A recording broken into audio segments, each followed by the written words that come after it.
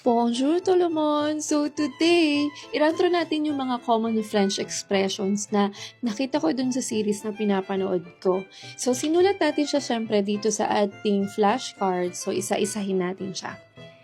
So, nanonood ako ng series in English, hindi siya in French. Ang ginagawa ko, sinasubtitle ko muna siya. Kasi syempre gusto ko din naman naiintindihan ko rin yung pinapanood ko.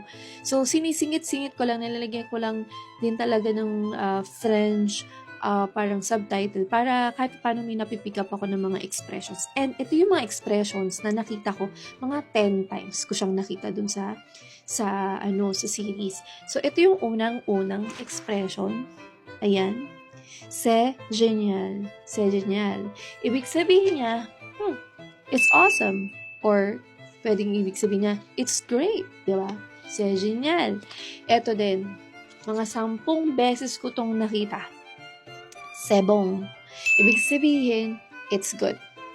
Diba? Or, alright. Parang, ganun ang ibig sabihin niya. Kaya, common na common siya. Ito din, nakita ko tong isa, as in mga 20 times ko tong nakita. Ayan. Ibig sabihin nito, pronounce muna natin siya. C'est vrai. Ibig sabihin niya, it's true.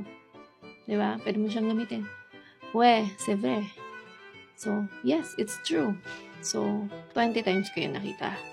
And then, yung sunod na French expression natin is pas moi. Not me. Diba? Pag tinanong ka, je, no, pas moi. No, not me. Diba? Ang dali lang yung intindihin at matandaan, pas moi. Kasi ibig, siya, negative form siya, diba? Moi, me. So, dali lang niyang intindihin, pero maganda yung sinusulat nyo sa flashcard para nare-remind kayo. Eto, mga 50 times ko siyang nakita. Yung, on fait comment? On fait comment? Parang, what do we do? On fait comment?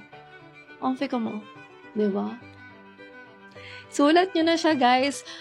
Bumili kayo ng flashcards, guys. Merong mga app din pwede kayong gumamit. Pero ako mas gusto ko yung ganito, yung nasusulat ko siya habang nanonood ako. And then, nilalagyan ko ng mga meaning sa likod, ganyan. So, yun lang guys. Hopefully may natutunan kayo in today's video. Au revoir!